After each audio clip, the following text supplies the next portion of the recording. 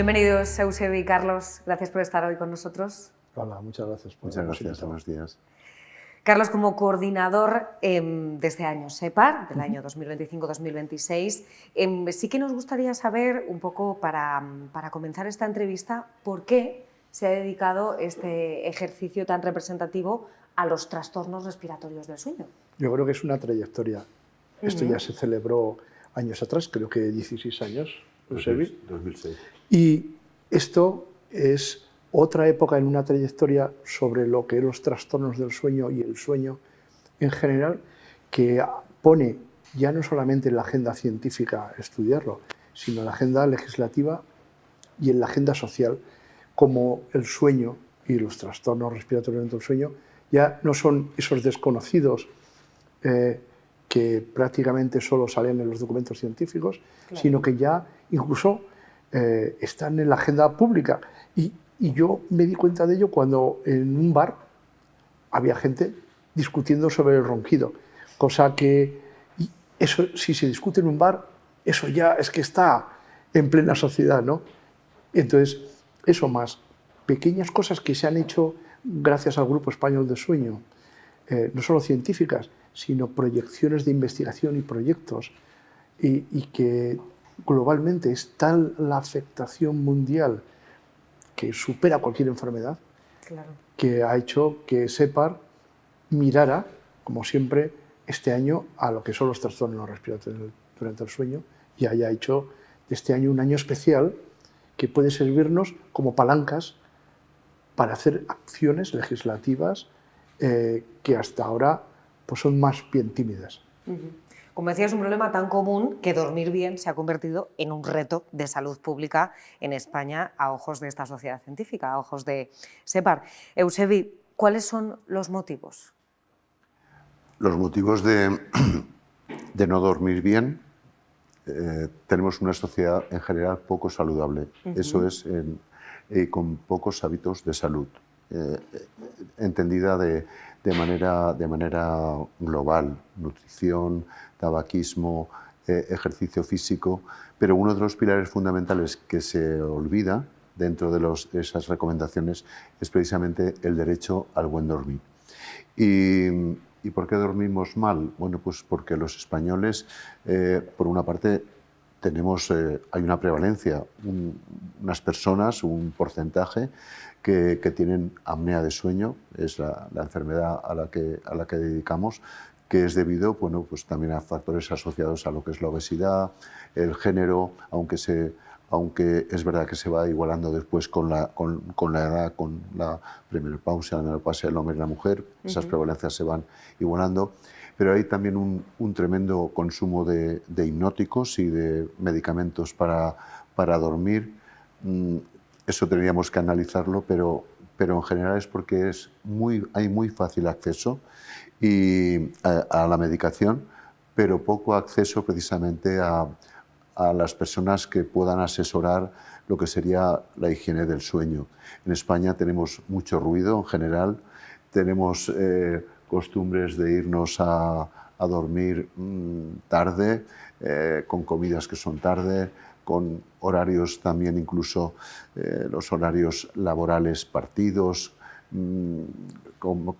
a diferencia de países de Europa que a lo mejor llevan todo, es una jornada y se reduce, y por tanto se puede haber muchísima más conciliación familiar y muchísima más higiene desde el punto de vista entendido global de lo que pueda ser irse a dormir relativamente pronto, en fin. Todo esto hace que en general la higiene del sueño de los españoles sea bastante deficiente. Estos malos hábitos que al final acaban pasando factura, ¿no? Porque es cierto que hay una evidencia científica detrás de la relación entre dormir mal y el riesgo de padecer diabetes, por ejemplo. Efectivamente. No solamente dormir mal puede producir diabetes, sino dormir mal, y depende también qué trastorno haya detrás, sino que se ha visto que puede incluso incrementar la posibilidad de cáncer, porque bueno, el sueño no es quedarse dormido y despertarse, sino forma parte también de una serie de de sistemas cerebrales que existen, que entre otras cosas también regulan la inmunidad celular, la inmunidad humoral, y esas células que regulan la inmunidad también están implicadas también en algunos procesos importantes como es la producción de tumores a largo plazo. Por no decir también, por supuesto, problemas cardiovasculares derivados de la falta de sueño.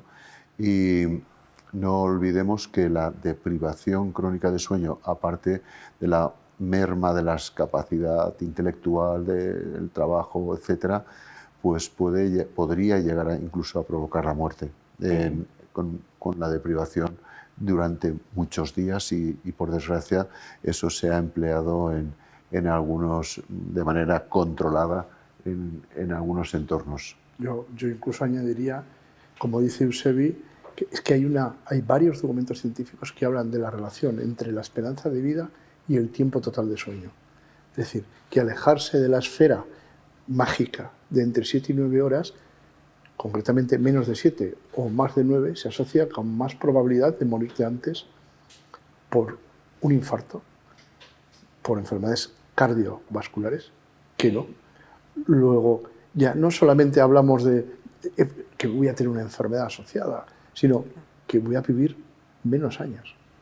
Y hay que decir además que más de la mitad de la población en España no duerme las horas recomendadas, ¿no? Duerme menos. Como seguro que los que están oyendo, el 60% de los españoles y españolas de lunes a viernes no duerme ese número de horas, pero ni de lejos. Es verdad que sábados y domingos siempre intentamos... Precisamente esa recuperación de fin de semana siempre es muy sintomática de deprivación crónica de sueño, de que la gente duerme poco, o sea, que se queda en la cama más, ¿no? Pues yo el fin de semana duermo más, o el sábado, el domingo y tal. Indica claramente que ha dormido poco durante la semana. Y además el fin de semana solo hay un astra. Porque claro, todo el mundo decimos que es sueño no recuperable, ¿no? Cerebralmente no lo sabemos, parece que no se puede recuperar con el fin de semana. Pero hay un astra de la Sociedad Americana de Cardiología que ha visto que dormir 8 horas los fines de semana reduce un 30% la mortalidad cardiovascular. O sea que algo sí que recuperamos el fin de semana. 30, no 100. Pero lo que no recuperamos es lo que es la posible degeneración cerebral fruto de no dormir el número de horas que debemos. Claro. Estamos hablando de un problema, de una preocupación que es longeva, como dicen, y que desde SEPAR se ha convertido en directrices. De hecho, hay 8 ejes de acción que se han publicado que sustentan esa nueva estrategia de salud del sueño.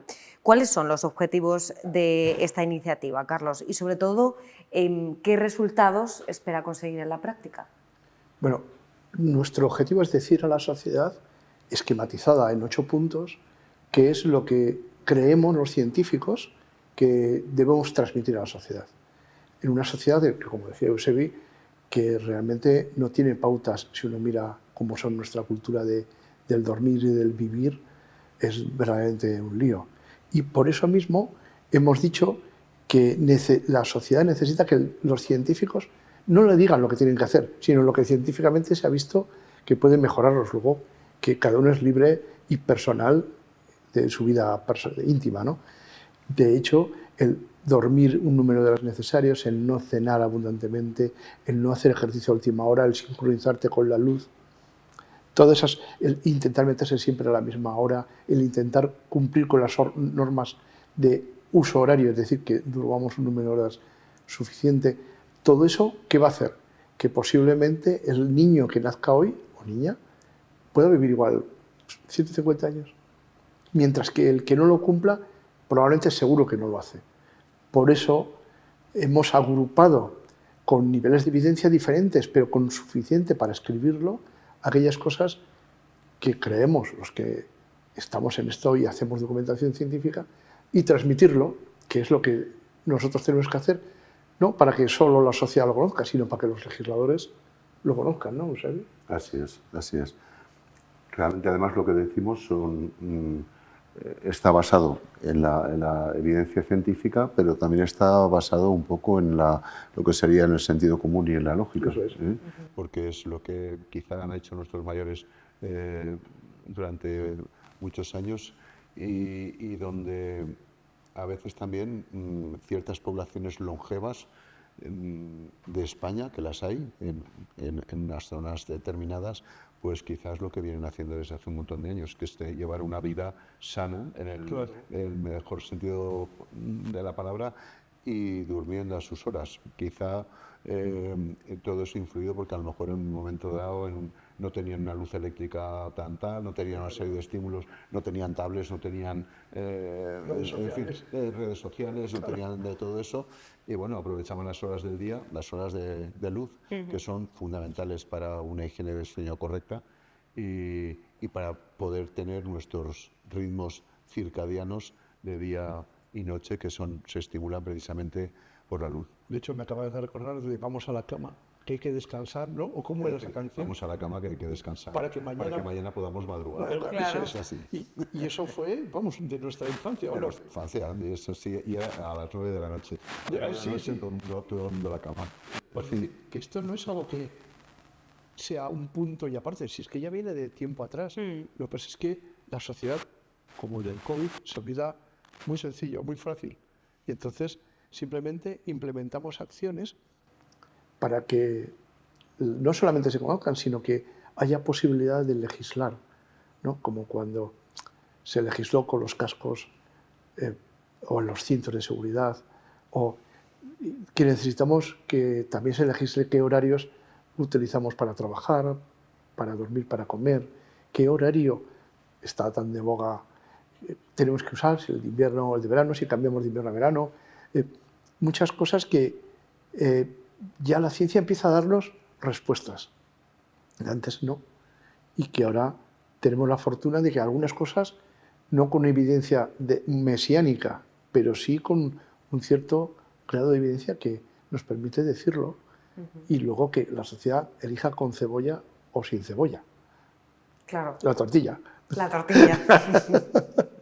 ¿Cómo deberían ser en este sentido, por lo que dicen, las jornadas para que se adaptasen a una buena higiene del sueño en la población? Yo tengo claro que necesitamos primero ver qué horario elegimos. Si elegimos el horario de invierno o el horario de verano. Nosotros decimos el de invierno porque, como estamos en una sociedad completamente fuera de este planeta, luz artificial, temperatura artificial, todo es artificial, lo único que tenemos natural es cuando vamos a trabajar o salimos de nuestra casa, que ahí es el sol quien nos marca. Por eso decimos de empezar con sol a la mañana, horario de invierno, y no el de verano, que te da para tomarte unos potes y unas cañas hasta las 10 de la noche, pero luego es que si hemos dicho que hay que dormir 8 horas o 7 a 9 horas, cuando empiezas, si solo te quedan 2 horas para que sean las 12, por eso lo recomendamos. Primero eso, luego cuáles son nuestros horarios de ir al cole, de dejar de trabajar, de comer y de cenar.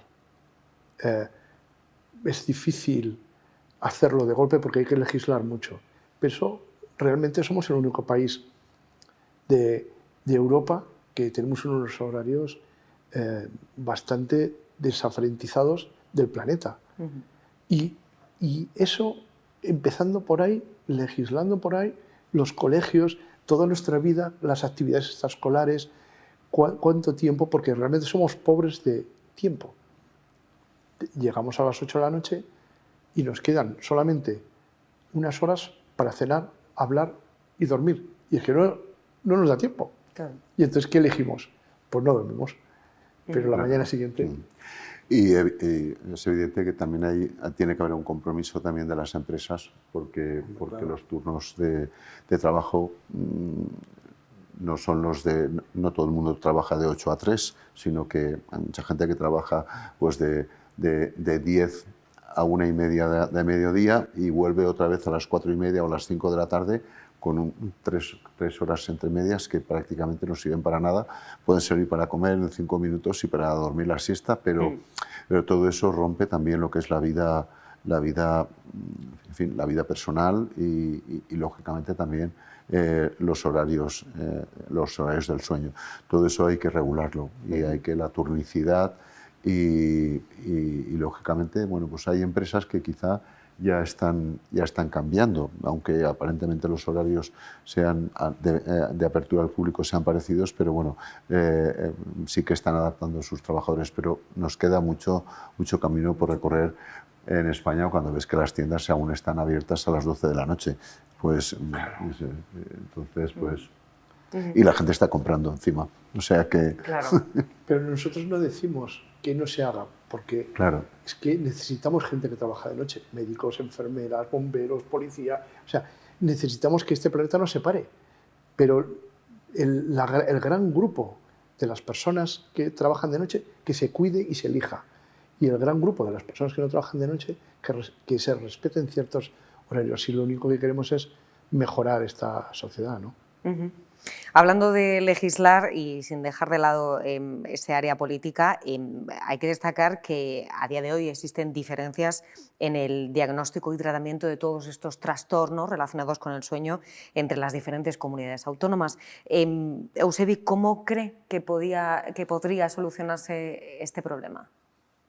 Bueno, ese es un problema clásico, también un problema clásico de equidad en salud. Dentro de ese par también tenemos un grupo de trabajo que son precisamente los determinantes socioeconómicos de la enfermedad y la enfermedad respiratoria, y es importante porque dentro del sueño es un factor también muy importante. El acceso al diagnóstico ha sido uno de los grandes problemas que hemos tenido en España. Afortunadamente, desde SEPAR hemos impulsado la creación de unidades de sueño prácticamente en todos los hospitales, la realización de pruebas a domicilio, pruebas de cribaje, pero aún estamos bastante lejos de la realidad, de lo que debería ser, porque estamos diagnosticando prácticamente un 20% de la población susceptible de hacerse pruebas. No tenemos más remedio que instar también a los políticos y a la administración para superar esas barreras. Es injusto que se diagnostique menos en Melilla, por decir así, que sería la que menos, Sí. menos tal, a lo que se diagnostica en el País Vasco. Sí, y por tanto tienen el mismo derecho. Todos somos responsables, desde luego, los profesionales, pero sin duda la administración y los políticos tienen muchísima responsabilidad para fomentar recursos. Existe además un marcado infradiagnóstico, concretamente en apnea obstructiva del sueño, pese a ser uno de los trastornos respiratorios más prevalentes en nuestro país. Hablamos de hasta 2 millones de casos sin identificar. ¿Qué está fallando, Carlos, en el cribado actual? Yo he reflexionado mucho sobre eso y una de las cosas que me di cuenta es que al médico va al que se siente enfermo, tengo sueño, o le ven enfermo, oye, no me dejas dormir y dejas de respirar, pero el que ni se siente ni le ven, no va, porque él, no tengo síntomas, me despierto muchas veces a la noche y voy a hacer pis muy frecuentemente, pero nadie me lo dice y yo no me duermo. Y eso casi es el 40% de los pacientes que tienen apnea del sueño. Por lo tanto, no voy al médico. Se queda sin diagnóstico y más aún, soy mujer. Yo no me duermo, estoy cansada. ¿Cómo cambian los síntomas? A mí, yo no tengo por qué ir al médico por esto, porque es fruto de la cantidad de trabajo que tengo. Y entonces en mujeres está más infradiagnosticado. La suma de eso es ese pelotazo de números con tantos ceros que hace que no sean diagnosticados. Porque si tú tienes un accidente de tráfico porque te has dormido y te echan de casa porque tu pareja no te aguanta el ronquido, está claro que te vas, o en un momento u otro vas al médico, pero el resto, ¿cómo van?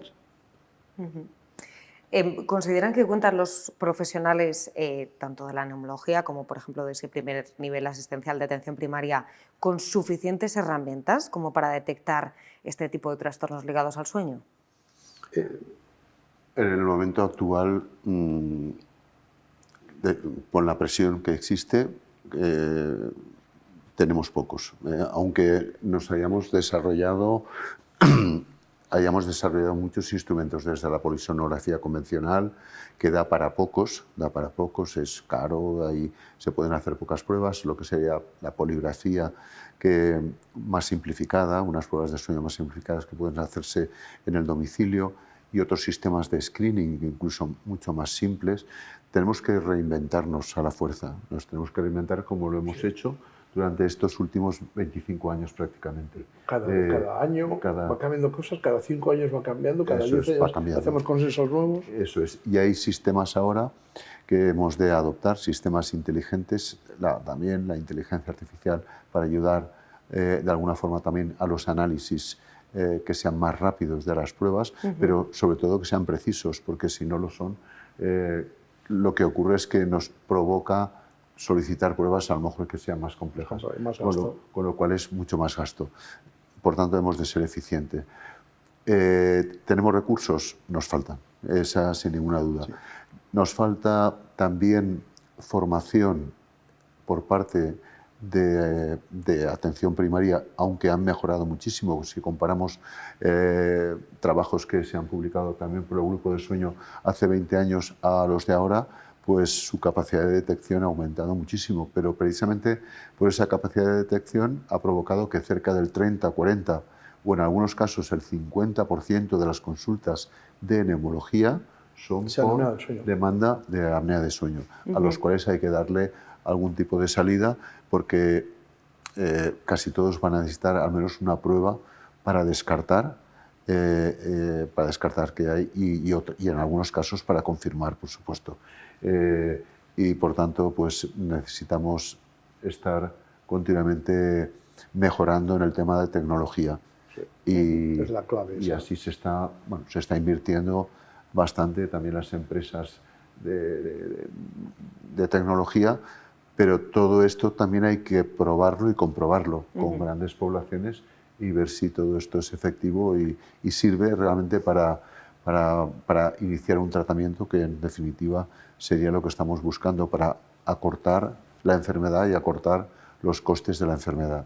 Claro, porque hay que ver que en ciencia las innovaciones científicas pueden ser fáciles, el relojito, los nuevos dispositivos, pero comprobar que eso es eficaz para no, en un momento determinado, no volver atrás, porque no vale, cuesta tiempo. Y los avances, así como cada vez tenemos más APPs y esto en medicina las cosas tardan de 5 a 10 años mínimo. La atorvastatina tardó 50 años en emplearse como fármaco, desde el 1920 que se ven los primeros estudios, porque necesitamos robustez de lo que decimos antes de implementarlo a gran escala, ¿no? Así es. Hablando de recursos, es cierto que el número de pacientes en tratamiento, por ejemplo, en el caso de la apnea obstructiva del sueño, con un aumento anual de hasta el 10%, no va acompasado con la cifra de diagnósticos. ¿Esto a qué se debe? ¿Hay brechas en el acceso en este trastorno concreto? En principio no. Lo que está creciendo a un ritmo que a veces supera el 30%. Lo del 10% ya... 30% el número de tratamientos que se están aplicando a la apnea del sueño, porque cada vez somos más listos, identificar los pacientes severos. Porque lo que queremos es hacer pruebas que eliminen a los que no tienen, para que no sigan en ese circuito, y los que tienen problemas entran.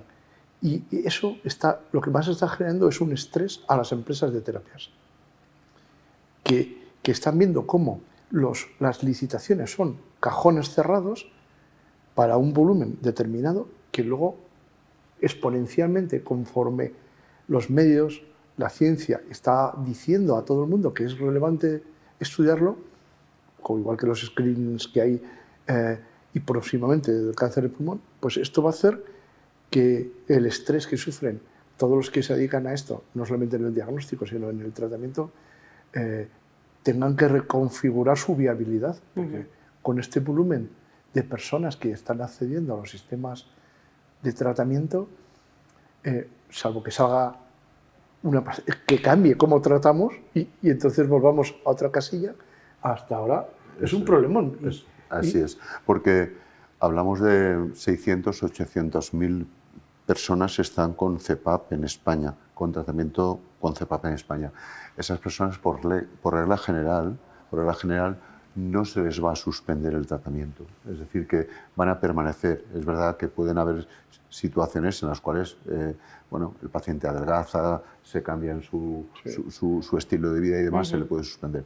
Pero van a ver de manera permanente y va a ser para siempre, de tal forma que el sistema sanitario tiene que soportar, digamos, pues para siempre, durante toda su vida, lo que es el mantenimiento de los aparatos, de las mascarillas, etcétera, etcétera. Pero mientras tanto, se van incorporando nuevos, porque los adolescentes de hoy serán las apneas de mañana, y los niños que con apnea residual, después de haberlos intervenido, de amígdalas, que es la primera causa, digamos, en población infantil, aunque no la única, pues un porcentaje tendrán apneas residuales que serán la apnea del futuro. Y al respecto también de lo que hablábamos del tema de la inequidad y del tratamiento con CEPAP, también es llamativo las diferencias de prevalencias también por zonas, por comunidades autónomas donde pueden ser inferiores, o incluso dentro de una misma provincia. Eso quiere decir por códigos postales. Por códigos postales que pueden indicar incluso niveles socioeconómicos más bajos, con lo cual puede existir o peor accesibilidad, peor cultura sanitaria y bueno, en general menos acceso a los recursos de salud y por tanto también al diagnóstico. Entonces son temas importantes porque nos ponen un poco sobre la mesa a los profesionales, pero ponen efectivamente a las empresas que en estos momentos son las que suministran los sistemas de tratamiento y las administraciones, lógicamente, donde van a tener que poner ese dinero encima de la mesa prácticamente para siempre.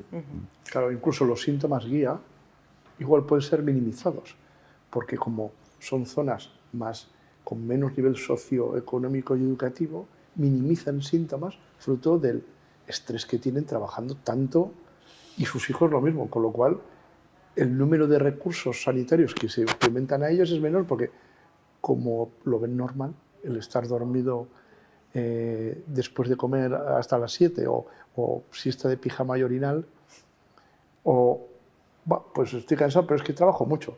Y eso, claro, esos son el pool de los que no van a ir nunca al médico. Claro. ¿Cómo les diagnosticamos? Salvo que grandes cadenas de supermercados se pongan a hacer diagnósticos según vas con la tarjeta, que pongas el dedo y te lo diagnostique, es imposible. Es complicado, claro.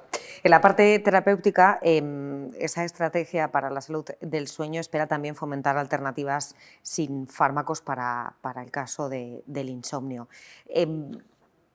Hablan en concreto de protocolos clínicos que desincentiven el uso crónico de benzodiazepinas.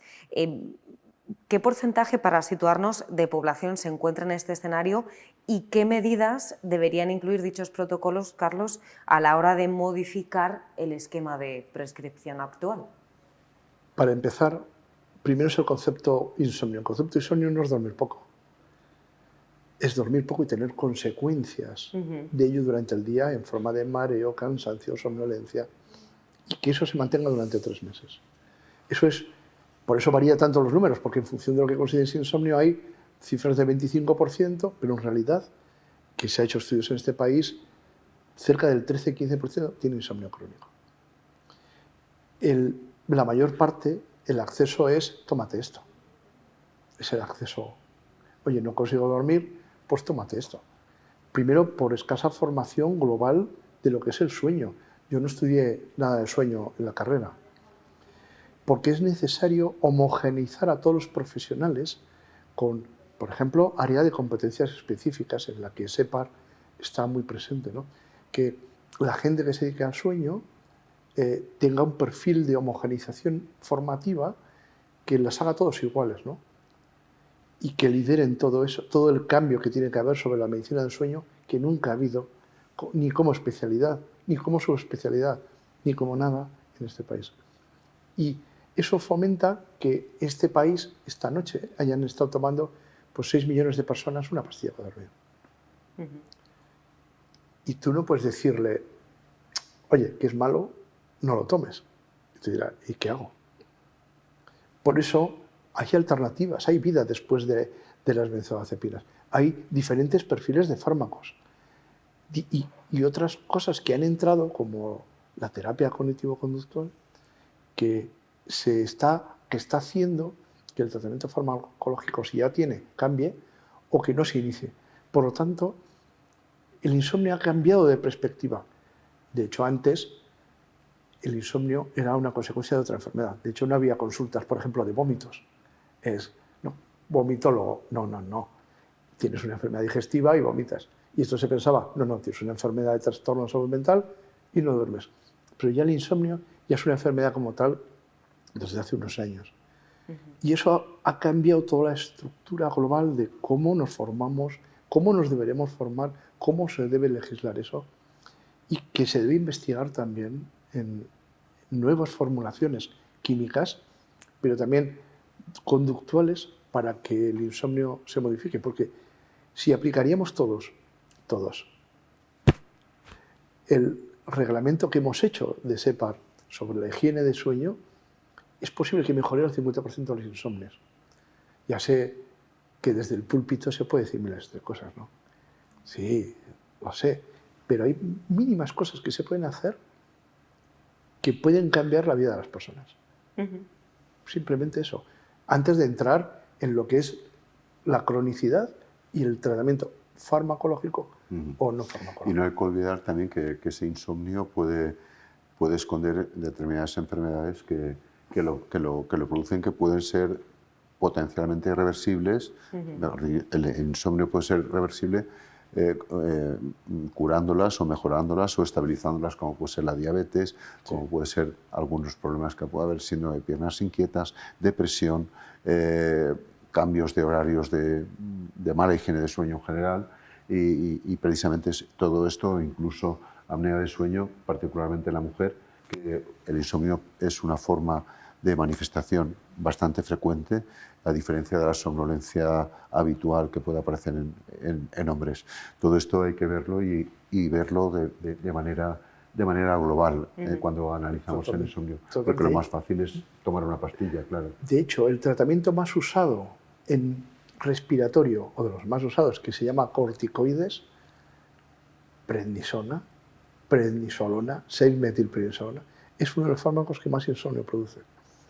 Y lo estamos dando a agudizaciones de POC, asma, intersticiales, inflamatorias. Y es la primera causa de insomnio. Y nadie le pregunta, ¿qué tal ha dormido usted? No, le dices, ¿qué tal respiras mejor? Porque, claro, es que viene porque se ahoga.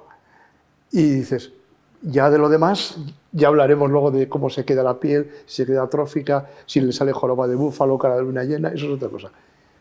Pero le pregunto, ¿qué tal ha dormido? Y te dicen todos, fatal, desde que usted me ha puesto esto no duermo nada. No duermo nada. Así es. Simplemente el ajustar mejor la medicación podría hacer que esa persona, ese problema que se le ha añadido, que no lo tenía, sea mejor. Y en cuanto a esa mejora de la formación que mencionaban de los profesionales sanitarios, ¿se ha llegado a plantear desde SEPAR el impulso de una ACE, de un área de capacitación específica en trastornos del sueño? Sí, de hecho hay varias desde creo que desde la anterior presidencia, no, de la anterior, con Carlos Jiménez, se planteó. Antes también se planteó eso. Antes estuve yo. Es que es mi memoria, Eusebio. Sí, es que fui vicepresidente de la Comisión Nacional de la especialidad, en nombre de SEPAR. Y esto fue durante la presidencia de Juan Ruiz Manzano, que fue hace más tiempo, donde planteamos al Ministerio, cuando se empezaron a plantear, a ponerse encima de la mesa los ACER, los áreas de capacitación específica, planteamos y desarrollamos un modelo para sueño y cuidados respiratorios críticos. Sí. Que en ese momento el área esa área de SEPAR estaba juntas porque considerábamos que debían formarse en esos dos aspectos. Eso se quedó y se planteaba además como un área de confluencia de distintas especialidades, en concreto era, por supuesto, neumología, neurofisiología, otorrino, de tal manera que se creara un programa común para especialización en sueño durante un año y que eso diera lugar al 5.º año de especialidad que llevamos demandando desde hace al menos 15 años. Sí. El 5.º año si no lograr un 5.º año como tal, que ese 5.º año fuera una ACER, que podía ser de esa área o de otra área de neumología, pero esa la consideramos prioritaria y fue realmente la primera que planteamos. Yo creo que ese tema hay que volver a sacarlo porque es un... Sí, porque además... Es el momento oportuno. Sí, es tan transversal que ya hay varias sociedades científicas que están de acuerdo en ello. Y el Ministerio de Sanidad, entiendo yo, que lo único que quiere es... ¿Cuántos estéis de acuerdo? Todos. Pues qué fácil, ¿no? Vamos a ver cómo lo hacemos, ¿no? Mientras que en otros hay mucha línea frontera, mucha línea roja que dificulta, pero en esta no hay ninguno. Pues muchísimas gracias a ambos por mostrarnos ese reglamento, esa estrategia de la salud para el sueño y todas esas recomendaciones que se tienen que hacer tanto desde el propio sistema sanitario, empezando por la administración y siguiendo por los profesionales sanitarios con ese refuerzo de la formación y cambio un poco de las pautas de prescripción, como en la población en general, para dormir mejor, dormir bien y tener un descanso adecuado y, por tanto, una buena salud ligada a estos hábitos. Muchísimas gracias a ambos. Muchas gracias a vosotros.